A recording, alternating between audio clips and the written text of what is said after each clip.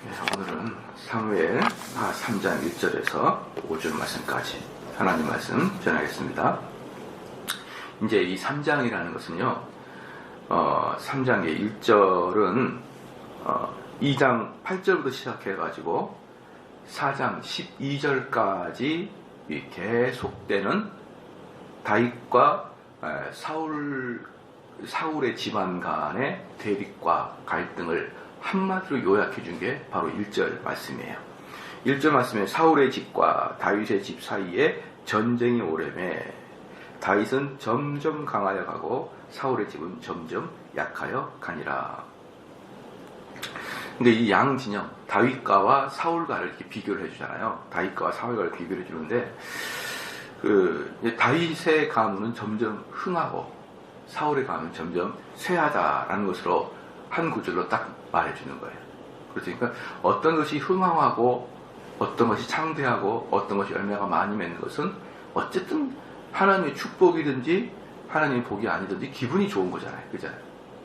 가게도 사람이 많이 와야 되고 어느든지 사람이 많이 오는 거예요. 아무리 아름다운 자연이라 그래도 사람이 없는 곳에서 혼자 있으면 그건 공포이면서 때로는 지겨움이에요. 아무리 아름다운 곳이라도 사람이 버글버글 이렇게 있어야 재밌는 것이지 아무데도 없는 곳에 한번 우뚝하니 서보세요.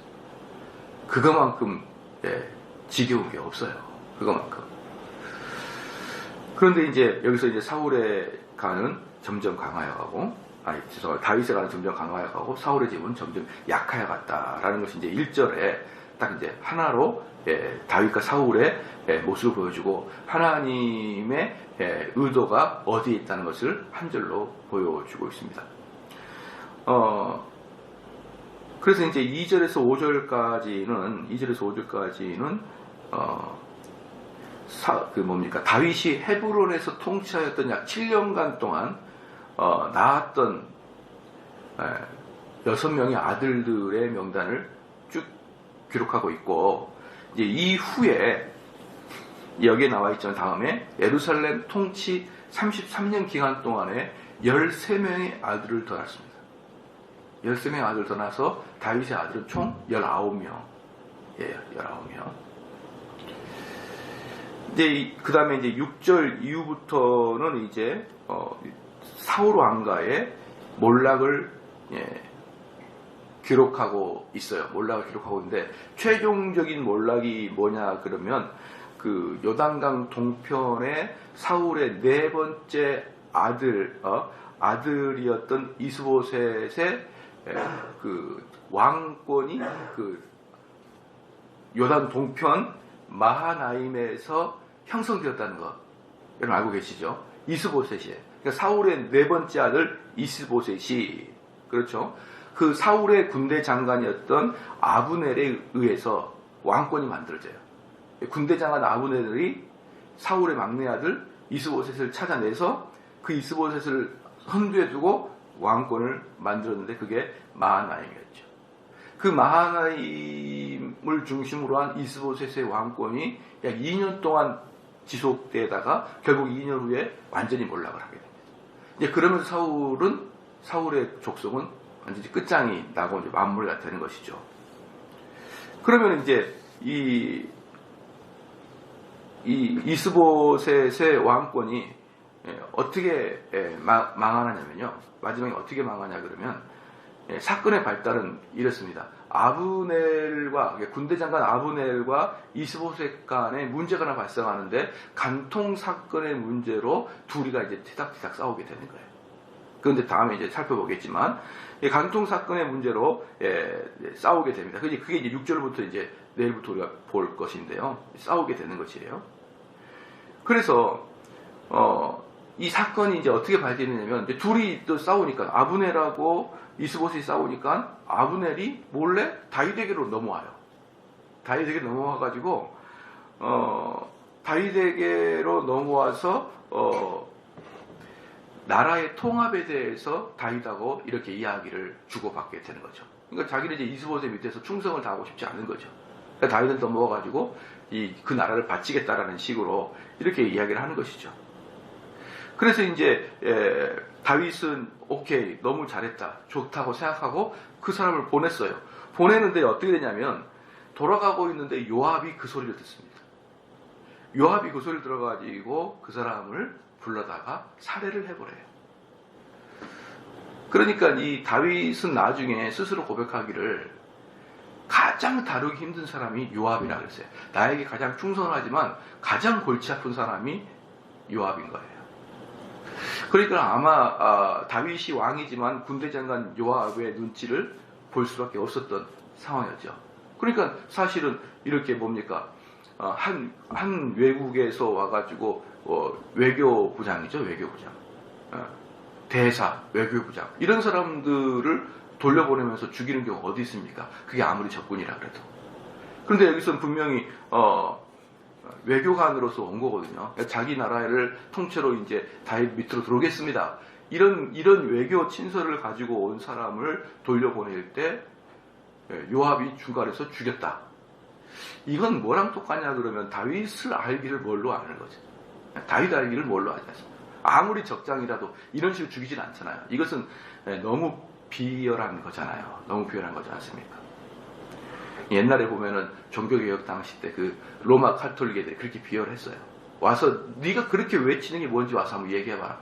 얘기한 다음에 돌아갈 때 죽여버리는 거예요. 다 보장을 하고 그래놓고. 아주 비열하죠.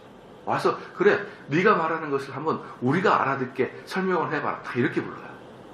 이렇게 불러서 돌아갈 때 소리 소문 없이 납치를 당하거나 죽게 되는 거죠. 그래서 마틴 루터 같은 경우도 그렇게 죽을까봐 작센 지방의 영주가 어때요? 빼돌린 거예요. 중간에 가다가 죽을까봐 빼돌려서 아무도 모르게 그 삶 속에다가 숨겨놔버렸죠. 그런 식의 비열함, 그런 식의 비열함이 요압 장군으로부터 있었기 때문에. 근데 그게 밖으로 드러날 때 어때요? 요압 장군이 드러난 게 아니라 다윗으로 드러난 거죠. 다윗이 와라 그랬고 다윗하고 가가지고 친서를 전했는데 돌아갈 때 뒤통수 쳤다. 그러니까 이런 것들은 다윗에게 그대로 치명적인 약점으로 될 수가 있는 거예요. 그러니까 그게 이제 3장 이제 22절부터 27절까지의 사건의 내용이 이제 그렇습니다. 그 다음에 이제 어떻게 결과가 났냐 그러면 이제 3장 이제 28절부터 39절까지의 내용이 뭐냐 그러면 다윗이 아브넬의 죽음을 아주 애도하고 그래서 국가의 장으로 장례식을 치러 줌으로써 민심을 수습하게 되는 거죠. 자, 이렇게 되면 요압 입장에서는 아주 기분이 나빴을 것 같아요. 그렇잖아요. 자기는 또 죽였는데 그 사람을 국장으로 치러줬으니 얼마나 기분이 나쁘겠습니까? 그리고 이제 이 어떤 또 결과가 났냐면은 이스보셋과 그의 백성들이 이 아브넬이 피살됐다는 소식을 듣고 낙담을 해버립니다. 낙담을 해요. 이제 그렇게 되면서 이제 아브넬은 결국은 자기 부하로부터 암살을 당하게 되는 거죠. 이게 참 재밌는 게 뭐냐면요. 이러한 사건들을 여러분이 이제 3장에서 쭉 볼 텐데, 3장에 쭉 볼 텐데, 이 사건을 보면 분명히 하나님을 요압이 대적을 하고 있는 거예요. 하나님이 요압을 대적하고, 왜 요압이 그 대적하겠습니까? 자기 사적인 감정 때문에. 자기 사적 감정 때문에. 그렇잖아요. 옛날에 우리 교회에 폴워셔가 온 적이 있었어요.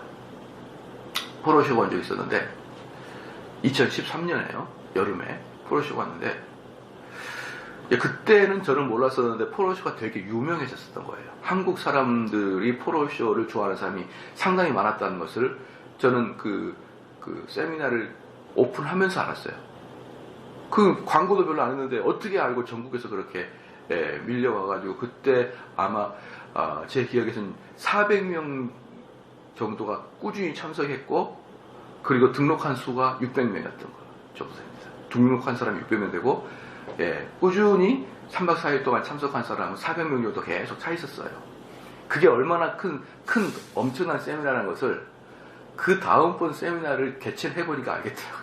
그 다음에는 거의 뭐 우리 교회랑 다른 교회 한두 개 정도의 교회 연합체지 외부에서 알고 그 수련회 같은 것을 들으려고 오는 사람은 별로 없었어요.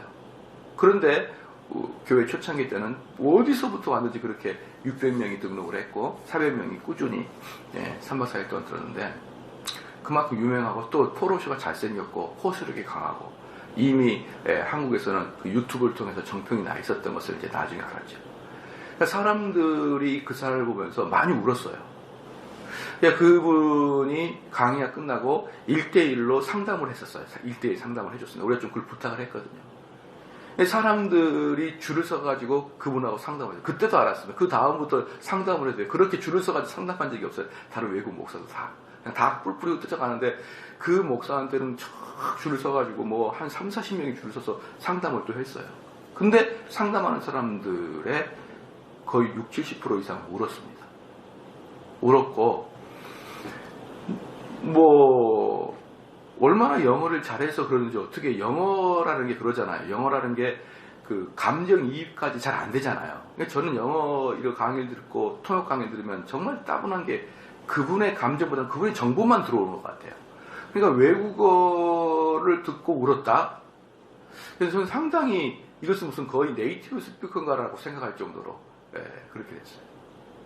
근데 이제 그때 포로쇼가 한국인들의 정서에 대해서 대단히 위험하다고 판결했습니다. 너무 많이 온다는 거예요. 너무 많이 온다. 이것은 한국인들에게는 병이 있다라고 생각을 했어요. 근데 저는 한국인들의 정서에 병이 있는 게 아니라 당신을 만난 감격이 울었던 것 같다는 느낌이 들어요. 그러니까 그 몇 번만 상담을 울어. 저는 아무리 감동스러운 이야기도 안 우는 애들이 한두 번만 이야기를 울어요. 그러니까 이제 그때는 몰랐는데 지금 보면은 한국인들의 정서의 문제도 있긴 하지만 당신을 보면서 너무 감동하고 뭐 그 감격스러워서 우는 것 같다는 느낌이 들었거든요. 근데 어쨌든 그건 빼고 울고 있는 한국인들을 보면서 포로쇼는 한국에 정서에 문제가 있다고 생각했습니다. 이게 뭐냐 그러면 미국인들은 우는 걸 추하게 생각해요. 그런데 우리는 울어. 그게 좋아. 우는 게 감동이야. 그런데 왜 추하게 생각하냐면요. 사람이 화를 내건 울건 간에 그냥 감정적 역할이거든요. 그때 뭔가를 결정하면 다 오판입니다. 그래서 이 성경을 잘 알고 있는 사람들은 그렇게 감정을 치우치게 하면 안 돼요.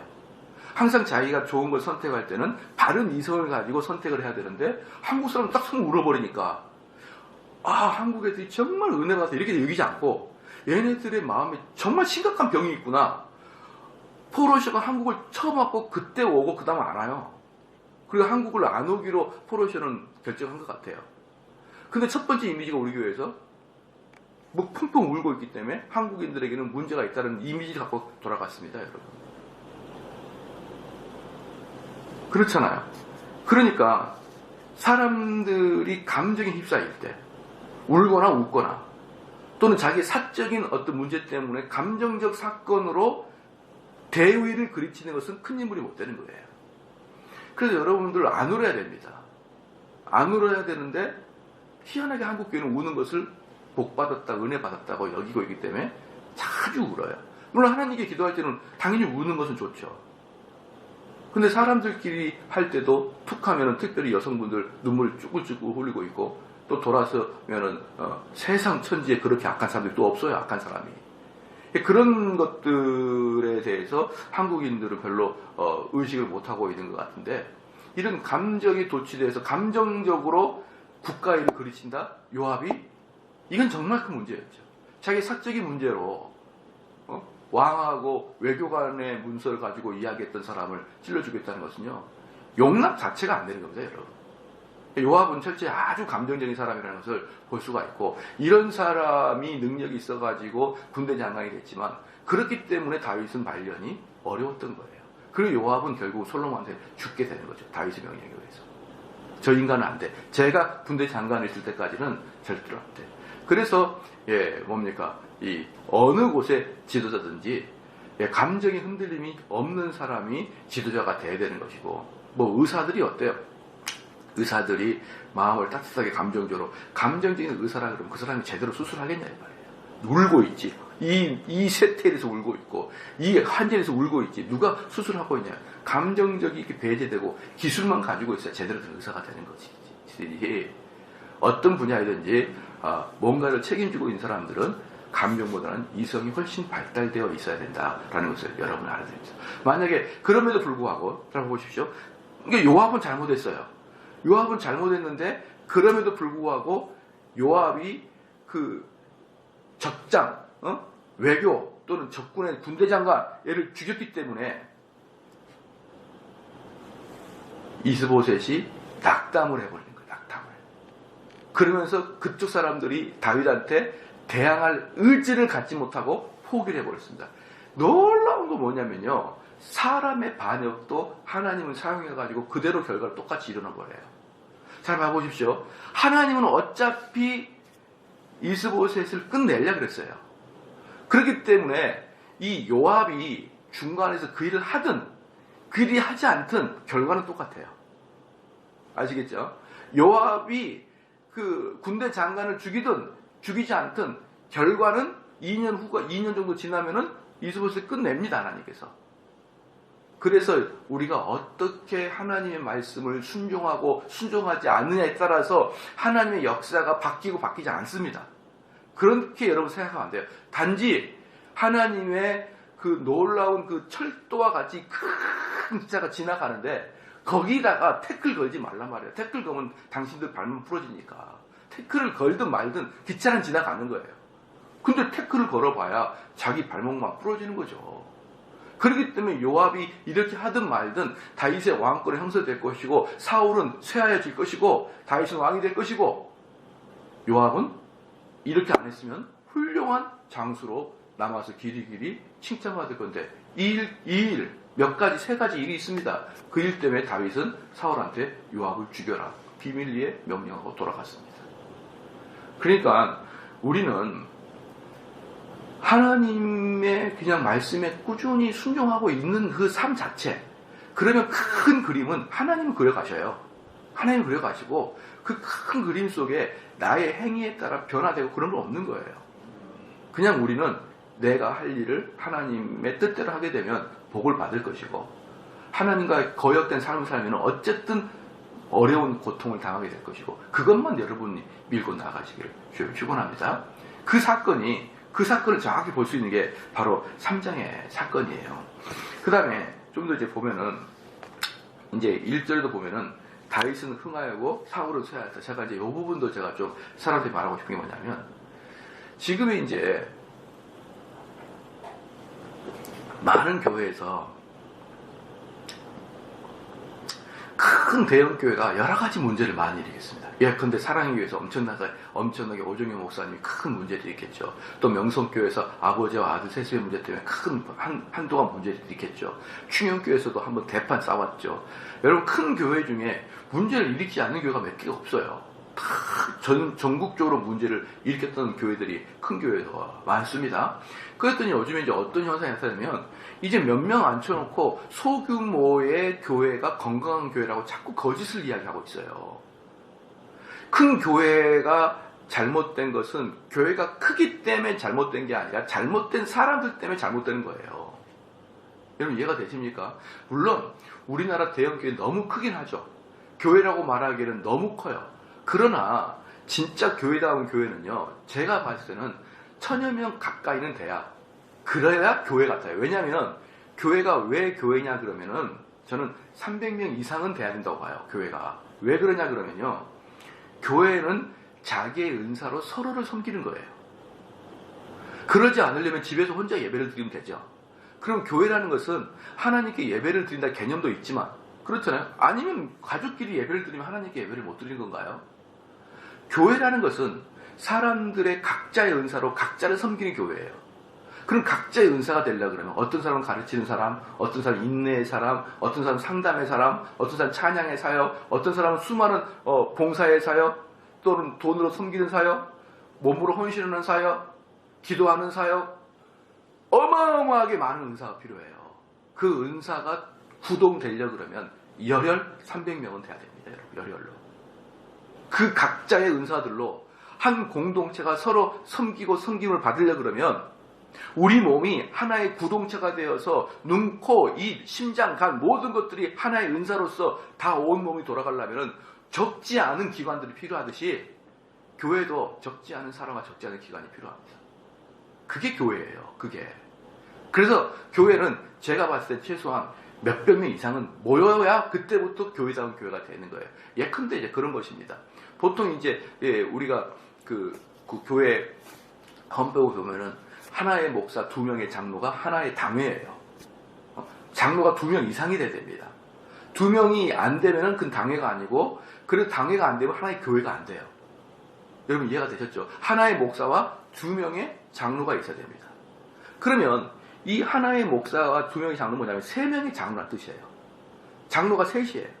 그럼 헌법이 뭐냐면 첫 번째 장로는 교인 30명 이상일 때 1명, 두 번째, 세 번째 장로 때도 교회 25명 이상일 때도 1명. 그러면 이것만 해서도 100명이라는 걸 보여요. 100명. 그게 교회의 시작이에요. 그러니까 여러분들 돌아다니고 많은 교회 있잖아요. 가보십시오. 담임 목사 하나밖에 없어요. 개척교회들. 그런 교회는 교회가 아니에요, 여러분. 헌법적으로 교회가 아니고 그걸 우리는 기도처라고 해요. 기도처. 그래서 그런 분들은 담임 목사, 당회장이라고 하지 않냐고 그냥 파송 목사라 그래요. 그리고 실질적으로 당회장은 따로 있어요. 만약에 우리 노예에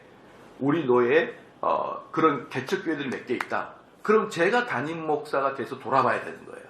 그리고 이분들은 당회장이 아니에요. 이게 바로 교회 법이거든요. 그 교회 법은 그냥 우연히 만들어진 게 아니라 웨스트민스터 신앙 고백에서 따온 거란 말이죠.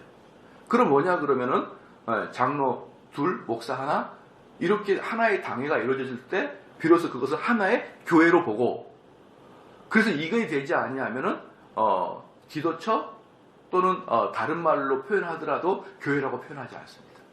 그럼 그런 교회라고 표현하지 않는 것은 뭡니까? 실질적으로 당회권이 발동이 되지 않는 거예요. 그렇기 때문에 사실 축도도 못하는 거죠. 축도도 못하는 거예요. 그러니까 이러한 것들을 사람들은 좀 이해를 해야 되는데 이젠 저는 마음에 부담감이 있는 게 뭐냐 그러면요, 작은 교회가 건강한 교회라고 자꾸 사람들을 세뇌시켜요. 저번에 어떤 분들도 그랬어요. 자기는 작은 교회를 섬기는 마음이 편하다. 그거 여러분들에게 주어지는 은사 아니에요. 정말 교회는 내가 교회를 위해서 헌신도 하지만 교회를 통해서 내가 받아야 될 여러 가지 것들도 있는 거예요. 그런 것들을 우리 지금 현대 젊은 목사들이 자꾸 작은 교회를 멋있는 교회라고 치장하고, 내가 진리를 전하니까 사람이 적게 온다고 자꾸 그래. 진짜는 진리를 전하기 때문에 사람이 적게 오는 게 아니라 정말 당신 설교 못하기 때문에 적게 오는 거예요.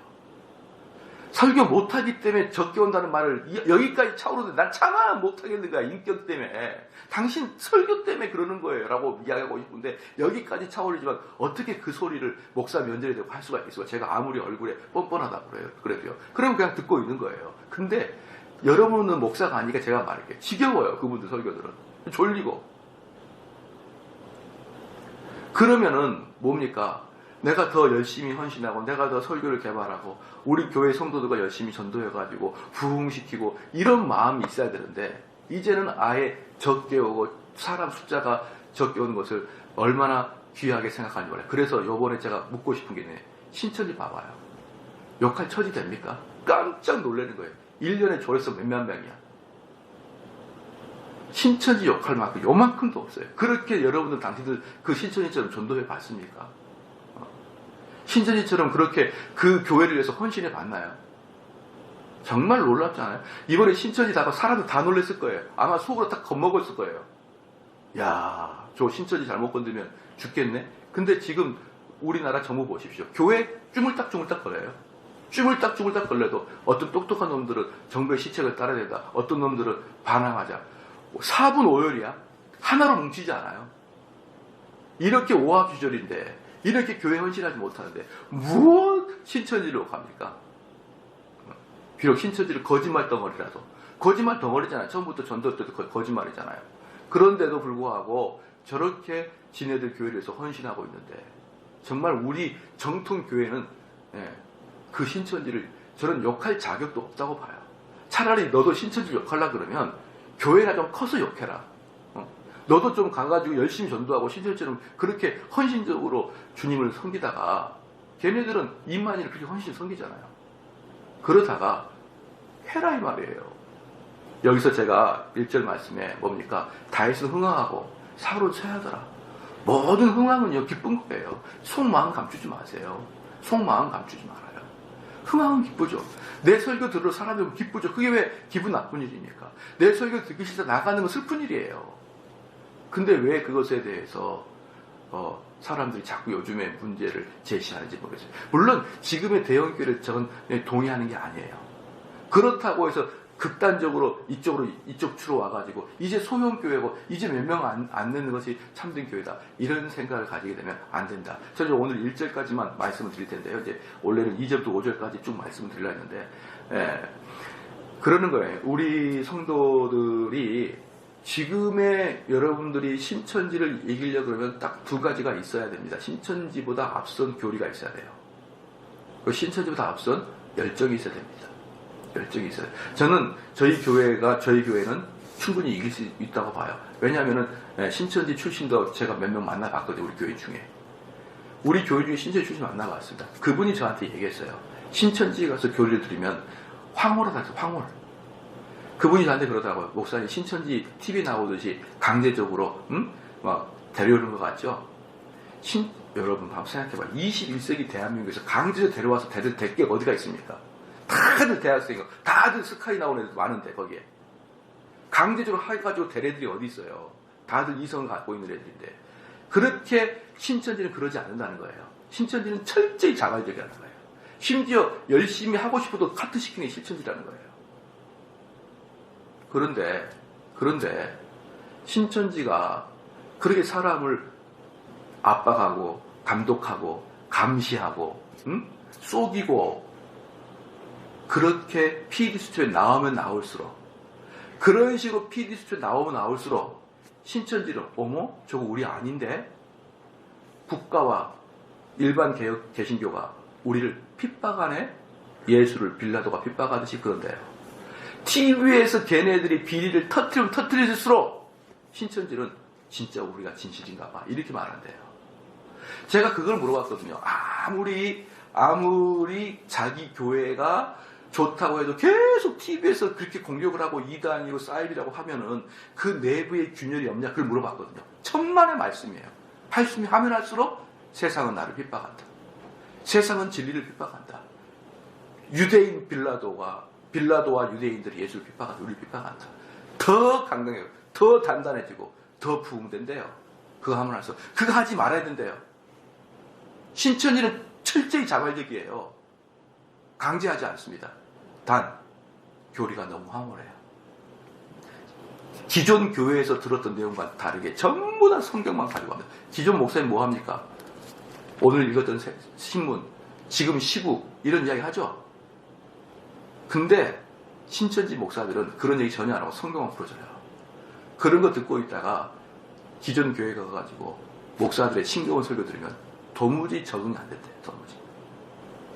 착각하지 마십시오. 신천지는 강제적이 않습니다. 어떻게 강제적입니까? 전부 다 자발적이죠. 그렇기 때문에 신천지는 자발적이기 때문에 교리가 앞서기 때문에 너무 좋아요. 근데 저희 교회에서 교리를 들어보니 황홀하진 않는데 이게 답입니다 라고 얘기하더라고요. 이게 답 같습니다. 답. 이건 결론이 난 것 같습니다. 이 신천지 너무 아름다운데 이게 결론인 것 같습니다. 이게 훨씬 좋다는 거죠. 이게 안정적이고 맞고 이미 역사적 검증이 된 것 같은 것을 제가 계속 가르쳐 주니까, 역사를 가르치니까 맞습니다. 두 번째, 저희 교회에도 조금만 더 하면 신천지 못지않은 열정이 있어요. 저희 교회도. 그래서 얘는 신천지를 이길 수 있을 것 같아요. 느낌에. 저희 장로님한테 제가 그랬어요. 야, 신천지들 정말 저렇게 열정이다고 우리 교회가 이깁니다. 우리 교회도 미친 사람이 나올 수 있습니다. 충분히. 신천지 못지 않습니다. 신천지를 충분히 이길 수 있고 1대1로 부딪히면 우리가 질 수가 없어요. 신천지 겁납니까 여러분? 저는 겁 안 나요. 저는 신천지에 겁나는 딱 하나 있어요. 딱 하나는 겁납니다. 뭐냐? 교회 와가지고 목사 비리를 내가 봤다라고 거짓말 할까봐. 그렇게 하거든요. 목사가 A라는 여집사랑 둘이서 데이트하더라. 소문을 내버리는 거예요. 목사가 돈을 어떻게 유용하게 착복하는 것 같더라. 이렇게 소문을 내버리고, 그건 사실은 겁나요. 왜? 우리나라는 아니 땐 굴뚝이 연기 나기가 없다는 철학을 갖고 있으니까. 일단 그런 소문이 나는 거하고 나지 않은 것은 비록 그 사람들이 목회자를 철저히 의심하지 않더라도 찝찝해요. 일단 그런 소문이 들리면. 저는 사실은 그게 제일 겁나요. 그거 말고는 겁 안 납니다. 우리 교회 들어와가지고 사람들 작당하고 파당하고 뒤쑥덕거린다? 안 돼요, 우리 교회에서는. 그건 안 됩니다. 다른 데 성경 공부 가자? 안 돼요. 우리 교회에서만 지쳐요. 그런데 그 거짓을 그것도 걔네들의 전도법 중에 하나니까. 거짓 소문내는 거. 그건 사실은 한국 정서에 비해서 저는 아주 겁을 먹고 있어요. 그 부분. 그 부분이 두렵지, 다른 부분은 사실 신천지는 두렵지 않아요. 여러분 아시겠죠? 그러니까 우리가 이번에 신천지 보면서, 코로나 사태를 보면서 좀 회개할 수 있어야 됩니다. 정말 우리 개혁교회는 뭐 하고 있었나? 응?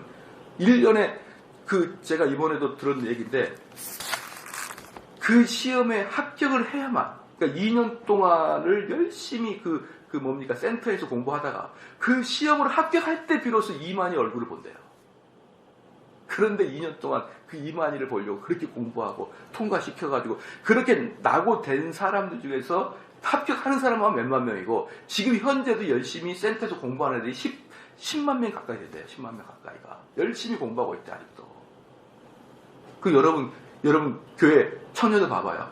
무슨 쥐약 먹은 쥐처럼 베글베글 앉아가지고 설교 시간에 베글베글 앉아있고, 여러분 그런 애들하고 눈빛이 초롱초롱해가지고 그 시험 통과하려고 밤새도록 공부하네요. 여러분 같습니까?